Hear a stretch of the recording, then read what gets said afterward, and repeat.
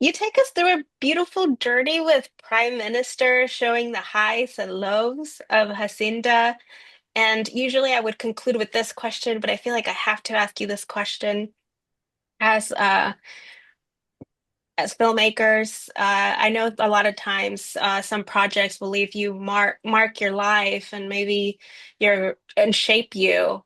Is there any way or form that this documentary did that for you? I Oh, love that question so yeah, much. It's one what of a my great favorite questions question. that's been asked. Um, I think that is a beautiful question because it is so true. And as documentary makers, you start out in the hope that one day you could make something that really impacted people for good. And the response that we've had to this film has been on a personal level such a privilege and so emotional, and such a career highlight that it's difficult to imagine how to top it. So I think she's influenced me in my own career and how I approach leadership just separately. To be unapologetically female, to turn up and be confident to be exactly who I am and not try to fill gaps with, masculine traits that I thought perhaps I needed. And that's been profound for me. Yeah, well, that's a beautiful question, and Michelle answered it beautifully. So everything she said, and also, yeah, I mean, for me, you're always aware of the privilege of being let into people's lives in this way.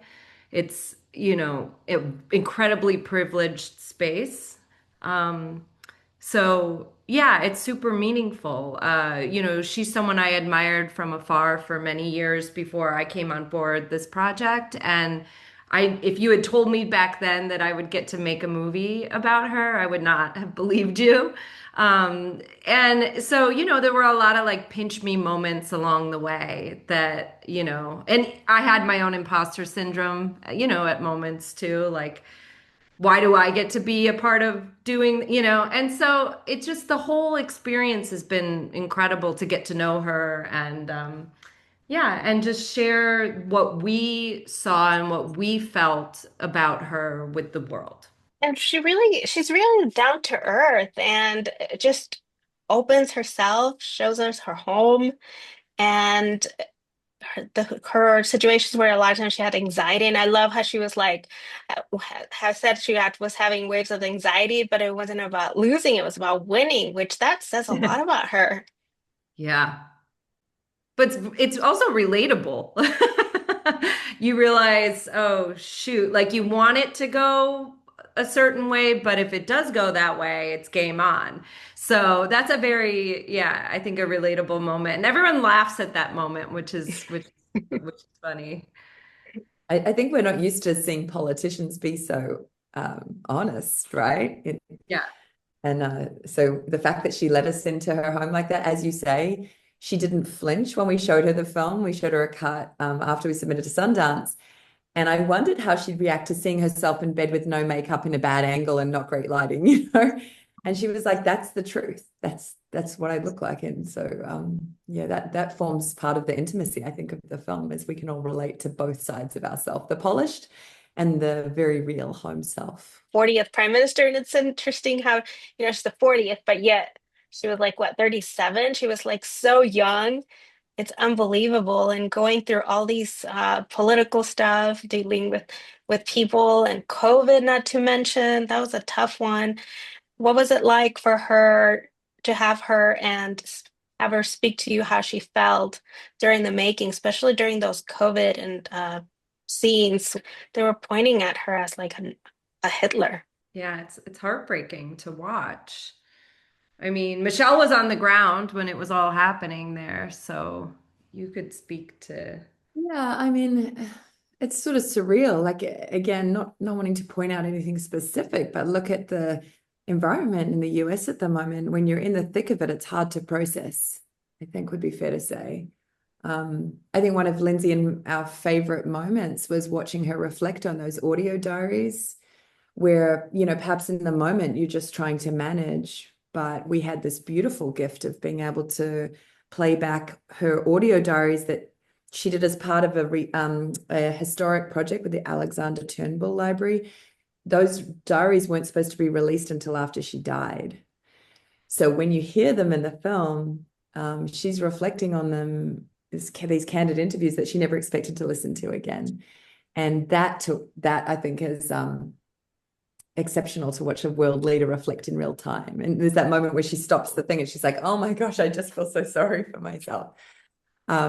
Because she didn't know what was coming. So yeah, I think that's probably the best answer, is maybe at the time it wasn't as easy to process, but incredible to have her reflect. Oh, wow, that's amazing. I seriously thought they were like phone conversations of you guys having and you asking her questions during this time of COVID. Oh, No, no. yeah, they're part of that oral history project that she participated in. But if you missed that, I could see how you would. Yeah, but no, it was beautifully done because she's narrating how she's feeling, and yet it's her and how she's feeling, what's going on, and how she's dealing with it Yeah, physically. yeah. Well, we're lucky that those were recorded at the moment in time where she's, experiencing it. So Mhm. they capture her emotion. We always talked about how they're like little documentary nuggets of gold. And regardless of politics, I feel like every woman should want to watch this film because you get to see how, I mean, with a child at the same time, pregnancy, I mean, it just reflects on many people out there that are parenting too and trying to fulfill their career at the same time. Yeah, yeah. We wanted to make sure that those themes that were universal were really at the surface of the film. So motherhood, partnership, what does that look like, when you're a working woman? Breastfeeding, so many women are, challenged by that, including myself. So it's all very relatable and it makes her human. And those were, that was important to us. And the way she carried herself too, she was very ladylike when they were trying to ask her about, for example, Trump, do you like him? Do you not? And then she's just like, it doesn't matter what I think. I'm just here representing New Zealand. Yeah. We often say, oh, Lindsay and I have been reflecting on this, that people say sometimes, oh, women are too emotional to lead. But if you look again at the recent events of the last week or two, men in our leadership roles acting with just utter emotion and chaos. And you look at her responses and you're like, I which would you never rather run imagine in a the woman country? acting that way. You know? A Yeah, woman in power acting that way would be, yeah, it wouldn't be yeah, acceptable. yeah, exactly. Can we talk a little bit about the scene where you actually have Queen Elizabeth's presence?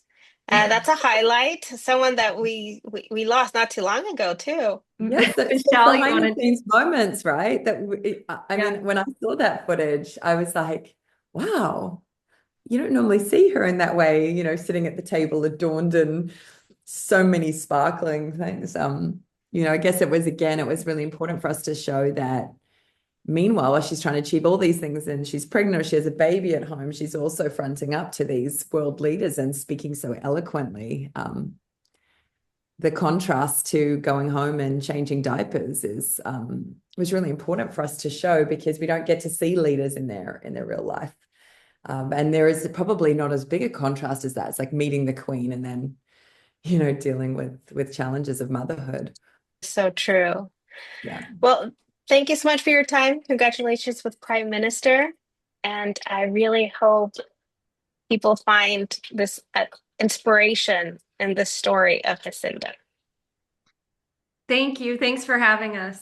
You're Thank you welcome. so Thank much. you. Thanks for Thank your awesome you. questions. Bye. Thank you. Bye bye.